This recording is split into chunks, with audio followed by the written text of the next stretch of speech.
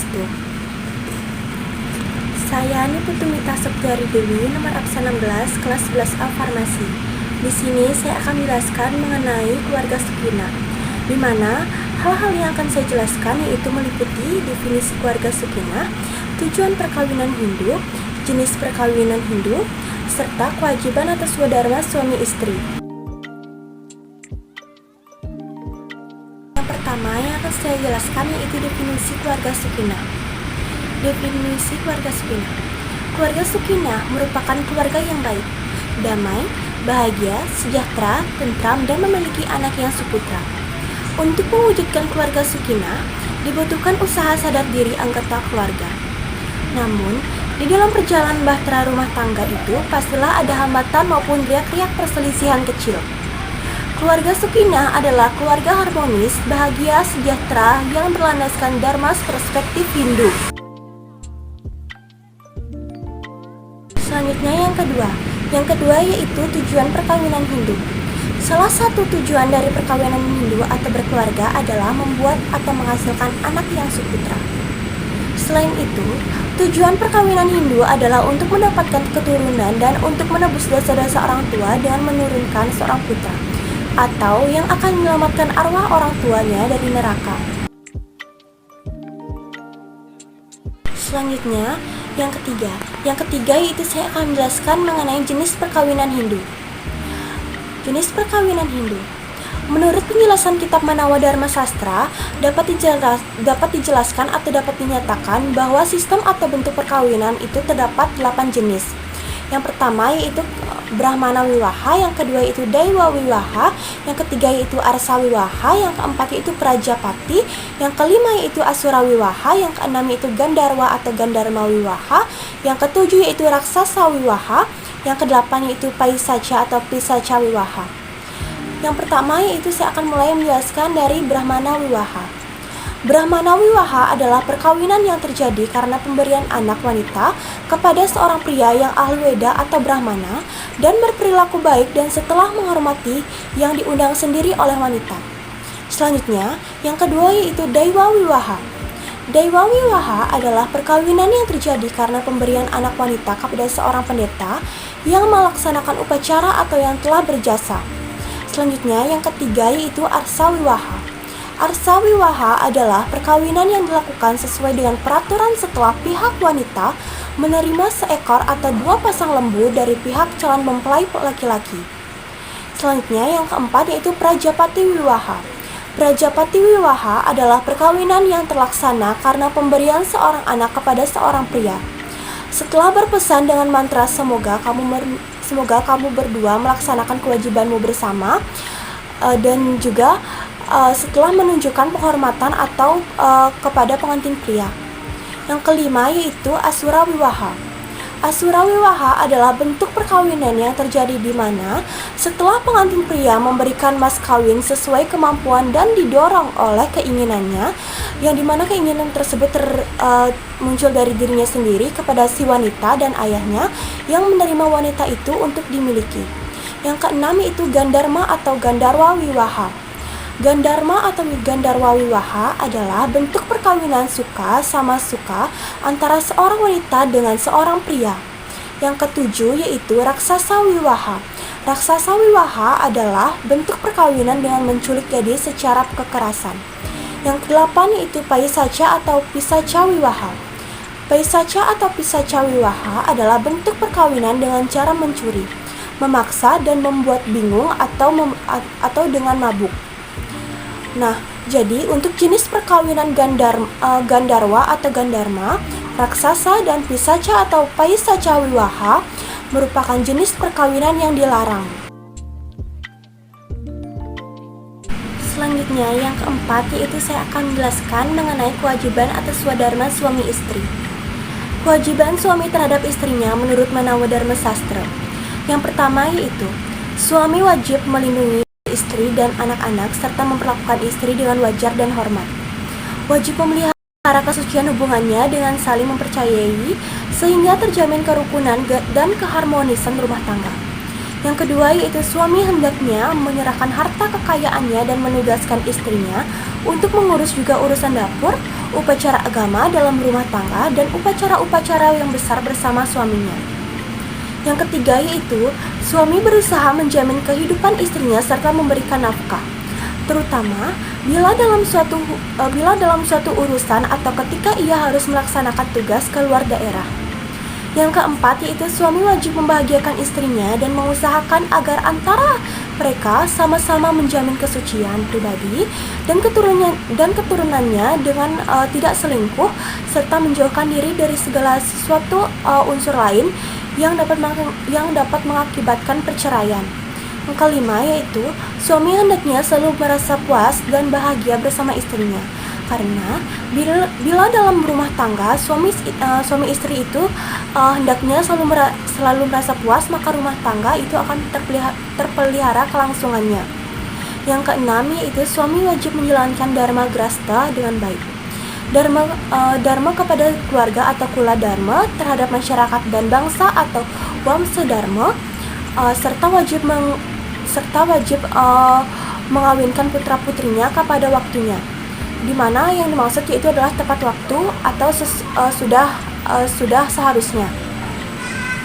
Selanjutnya yang ketujuh yaitu suami berkewajiban melaksanakan srada, pitra puja kepada leluhurnya, memelihara anak cucunya serta melaksanakan yatnya, yang dimana antara lain tugas dan tanggung jawab suami sebagai bapak atau sebagai kepala rumah tangga. Bila dilaksanakan dengan baik, kelangsungan dan kebahagiaan rumah tangga atau keluarga dapat diwujudkan. Yang kedelapan yaitu dapat memberikan perlindungan pada anak dan istrinya atau bisa disebut dengan pati. Yang kesembilan yaitu braste, di mana artinya seorang suami berkewajiban menjamin kesejahteraan istri dan anak. Selanjutnya yaitu kewajiban suami dalam Weda Smrti yang dapat diuraikan, di mana akan saya jabarkan sebagai berikut. Yang pertama yaitu kewajiban melindungi istri dan anak-anaknya serta memperlakukan istri dengan wajar dan hormat. Yang kedua yaitu wajib memelihara kesucian hubungannya dengan saling mempercayai sehingga terjamin kerukunan dan keharmonisan rumah tangga. Yang ketiga yaitu suami hendaknya menyerahkan harta kekayaannya seperti yang saya katakan tadi. Yang keempat yaitu bila hendak dinas atau keluar daerah, suami berusaha menjamin istrinya untuk memberikan nafkah. Yang kelima yaitu suami wajib menanggulangi istrinya dan mengusahakan agar antara mereka sama-sama menjamin kesucian keturunan serta menjauhkan diri dari hal-hal yang mengakibatkan perceraian. Yang keenam yaitu suami hendak selalu merasa puas seperti yang sudah saya katakan tadi. Yang ketujuh yaitu suami wajib menjalankan dharma grastin, dharma keluarga atau kula dharma, dharma dalam bermasyarakat atau vansa dharma, seperti juga yang sudah saya jelaskan tadi. Yang kedelapan yaitu suami berkewajiban melaksanakan srada, pitra puja atau pemujaan kepada leluhur, memelihara cucunya serta melaksanakan panca, yang dimana juga sudah saya jelaskan tadi. Selanjutnya yaitu kewajiban atau swadharma istri kepada suaminya. Kewajiban atau swadharma istri yang pertama yaitu mematuhi doa atau harapan ayah yang menikahinya. Dalam Atharwa Weda 14 disebutkan bahwa, wahai pengantin wanita, datangilah dengan keramahanmu seluruh anggota suamimu. Bersama-samalah dalam suka dan duka dengan mereka. Semoga kehadiranmu di rumah suamimu memberikan kebahagiaan dan keberuntungan kepada suamimu, mertua laki-laki dan perempuan, dan menjadi pengayom bagi seluruh keluarga. Selanjutnya yaitu kewajiban suami istri, yang dimana kewajiban suami istri jika digabung maka dapat yang sudah dijelaskan dalam kitab Manawadharma Sastra yang menyatakan hendaknya suami istri tidak jemu-jemunya mengusahakan dan mewujudkan kerukunan serta kebahagiaan berumah tangga. Hendaknya laki-laki dan perempuan yang terikat dalam ikatan perkawinan tidak jemu-jemunya mengusahakan dan mewujudkan agar mereka tidak bercerai, mewujudkan kesejahteraan dan kebahagiaan, dan jangan melanggar kesetiaan antara yang satu dengan yang lainnya, di mana hal tersebut sudah dijelaskan dalam kitab Manawadharma Sastra yaitu 9.102. Selanjutnya yaitu dapat juga dijelaskan atau dalam kitab hendaknya hubungan yang setia berlangsung sampai mati. Singkatnya, Hal ini harus diyakini sebagai hukum yang tertinggi bagi suami istri, di mana hal tersebut sudah dijelaskan dalam Kitab Manawa Dharma Sastra 9.101. Selanjutnya, demikianlah ibu dalam kasih sayang kepada anaknya sama rata. Sebab baik anaknya mampu atau tidak mampu, yang baik budi pekertinya atau yang tidak baik, yang miskin atau kaya, anak-anaknya itu semua dicintai dan dijaganya, diasuhnya mereka itu. Tidak ada yang melebihi kecintaan ibu dalam mencintai dan mengasuh anak-anaknya, yang dimana hal tersebut sudah dijelaskan dalam kitab Saras Samusyaya 245. Selanjutnya yang kedua yaitu memenuhi harapan seorang suami. Wahai mempelai wanita, lihatlah kecantikanmu dan dengarkanlah tabiat dan tingkah laku yang baik. Aku akan merangkul kepala dan hatimu. Aku akan mencari kesenangan di luar rumah. Aku tidak akan memenuhi pikiran-pikiran demikian. Semogalah tingkah lakuku senantiasa sesuai dengan kitab suci, yang dimana hal tersebut sudah dijelaskan dalam kitab suci Atharwa Weda 14.1.57. Seorang istri hendaknya melahirkan seorang anak yang perwira, senantiasa memuja yang widih dan para dewata. Hendaknya patuh kepada suaminya dan mampu menyenangkan setiap orang, keluarga dan mengasihinya semuanya.